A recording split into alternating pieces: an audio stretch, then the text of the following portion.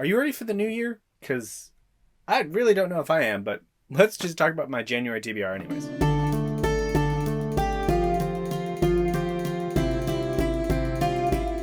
Hello! Welcome to the Ponderings of Pete. My name is Pete. I'm the aforementioned Pete. And I'm a booktuber that talks about fantasy, sci-fi, and some nonfiction every once in a while, and just random other stuff. If you like this video, as you go along, go ahead and hit a like. Hit that like button. Subscribe if you want to see more. All that normal jazz. If you feel so inclined, you want to buddy read any of these things with me, go ahead and feel free to reach out. And, affiliate links down below. I'll make a small commission if you decide to grab the books from there. From bookshop.org to be precise, which is a non-profit organization trying to become a sort of Amazon alternative. Because Amazon is tyrannical. Without further ado, which is what the kids say nowadays, let's talk about what I'm going to be reading in January. First up, I'm going to be restarting Malazine, roughly. I'm going to be reading through the entirety of Malazine. For those of you who don't know, Malazine Book of the Fallen is a 10-book series. But, as thick as that may be, that is not all of the books in the Malazine universe. Written by Steven Erikson and Ian C. Esselmont. There's a lot. There's like 20 or 30. Closing in on 30 because they're both working on new ones. And I am going to be reading through all of the Malazine universe, including rereads of Malazine Book of the Fallen, which I just finished back in December. Or November, whenever I finish Crippled Guy. In a month or two back. So, that starts with Dancer's Lament. Book 1 in the Path to Ascendancy. All I can tell you is that this book is about Dancer and Kelneved. Who those two people are, I can't tell you without spoiling the first 3 books of Malazine Book of the Fallen. I believe you don't hear about this until the 3rd book, but I could be wrong. It might be the 2nd book. I think it's the 2nd book. Still, those are 2 characters that pop up in Malazine Book of the Fallen, and they're really cool. So this is their journey to where they are at the beginning of Gardens of the Moon, Dead House Gates, that rough time period at the beginning of Malazine Book of the Fallen. So this is going to be exciting to look into. Really interesting to read it. Written by Esselmont. I'm excited to get into Esselmont's writing. Right now, I know he's working on book 4 of this series, and I'm going to be reading the first 3 in the new year. So, super excited for this. And I hope to do much more Malazine content in the coming year as I'm reading this book by book. So, look forward to that. Next up is our first buddy read for the month. That will be Assassin's Apprentice by Robin Ha. That's right, I'm starting Realm of the Outerlings coming this month, which I'm super excited for. I read Assassin's Apprentice and Royal Assassin back in my college days, but I never got to Assassin's Quest. And I really just want to finish all of the Realm of the Outerlings, which I believe is 16 books with 4 trilogies and 1 quartet. So I will be reading at least the first 3 trilogies this year and finishing up next year with all of it. It's going to be a trek. I'm excited. I'm doing it as a buddy read. I think I will firstly, I will definitely host a buddy read channel in my server, which by the time January comes around will be out. I will have it linked down below when it comes out. But if you're watching this video and you don't see it linked down below, just keep an eye out. The other place where there's going to be a buddy read is on Gregory LaPerch's Discord server. Bunch of people on Gregory's server want to read Realm of the Outerlings.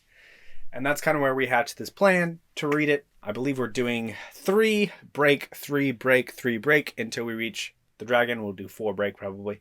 1 a month. Come join us. Have some fun.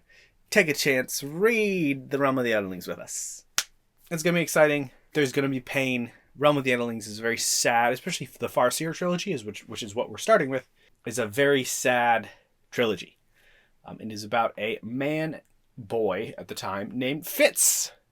To catch you up on what is this about. Fitz is an illegitimate son of the king.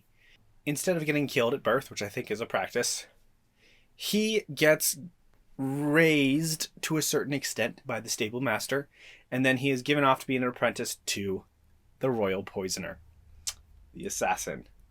So yeah, that's where it starts, and there's a lot of pain. That's all I can tell you. It's cool. It's fantasy. There's magic, eventually. It's definitely low magic, at least in the first 2 books that I remember, with very, very little magic actually happening, some being referenced, though. So check this out and come buddy read with us. Next up, of course, is my continuing trek. I didn't manage to get to this last month, so I'm going to put it on this one. Fred the Vampire Accountant. Deadly Assessments. This is book 5. Yes, book 5. It is book 5 in the Fred the Vampire Accountant series. 5 out of 7. I'm excited about this one. Fred is just a really good comfort read. It's about a Fred who's an accountant, also a vampire. Very wholesome, very found family. Please check it out. Accountants need love too. Next up, I'm super excited about. This is a Daniel Abraham read. I am going to start with the Dagger and the Coin series by Daniel Abraham with the Dragon's Path. I don't know much about this. I know it's Daniel Abraham, who, if you've seen any of my videos about the Long Press Quartet, LBQ, you know that I really like Daniel Abraham. Hopefully I'll be able to sing more of his praises when I put out my Leviathan Falls review, which I did read, and was, well, we'll talk about that later. As an author, I really, really, really like Daniel Abraham. I think he does an excellent job with writing very flawed but understandable characters. So you may not agree with their decisions, but you understand why they made them and are less frustrated by their lack of logic and more sympathetic. So, Long Press Quartet, amazing. Go read it. Or if you want to buddy read Dragon's Path with me, let me know. And then hopping back into August of the Apt, which started last August on the Library of Alexandria server, we're hopping back into the Scarab Path. Book 5 in Shadows of the Apt by Adrian Tchaikovsky. We read the first 4 books, and I thought the first 4 books were a solid arc. There's a bunch of us that want to continue on and read all 10. This isn't like Malazine where they're all thick. They're pretty. They're like 300-400 pages maybe 500, maybe 600 at the most. But I wouldn't call them amazing, but there are definitely a lot of elements in them that I really enjoy. The character work, he had become overbloated by a lot of the characters just because he had a large cast of characters in this book. Book 4 rectified that to a certain extent. We're starting book 5, which is not fresh, but there's a lot of potential for the rest of the series, which I hope to see him grow through. So I'm excited for the Scarab's Path, book 5, continuing this series on. And then another one that is a potential buddy read for people if they want to do it, that I will be hosting on my channel, my Discord server, when it's open. Again, same disclaimers below. I don't have it open yet because I'm still doing 1 or 2 things. Playing with the logo, that sort of thing. 5th Season by N.K. Jemisin. I've been around wanting to read this for a while, and finally I was kind of just like, screw it, let's go, let's do it. And I believe I've heard some interest expressed up by some people in buddy reading it, so I'll definitely be reaching out to some of those people in the coming weeks to see if to talk about buddy reading in January. If you're interested in buddy reading it, let me know, because I think it's really interesting concept. There's at least some of the POVs that are taught that are written in the second person, and I think that's just so cool. I've heard that it's intimidating, but I really don't care. So if it's weird, that makes me drawn to it, not run away from it, because expanding your mind and expanding, you're like, oh, it's interesting. I'm comfortable with this, but let me read something else to see if I can, acclimate myself to this or something. So, yeah, let's go. Second person, let's do it. It's just an interesting thing. All right, Star Wars book. I'm going to try to start in the 2021. I'm going to consistently try to read a Star Wars book a month. Luckily, I have one that I will not be able to read in December, so I kind of just pushed it over. That is Thrawn Ascendancy, Lesser Evil. 3rd book in the Thrawn Ascendancy trilogy, the last one. I think Thrawn is a great character. I followed him for a lot of his career, you could say.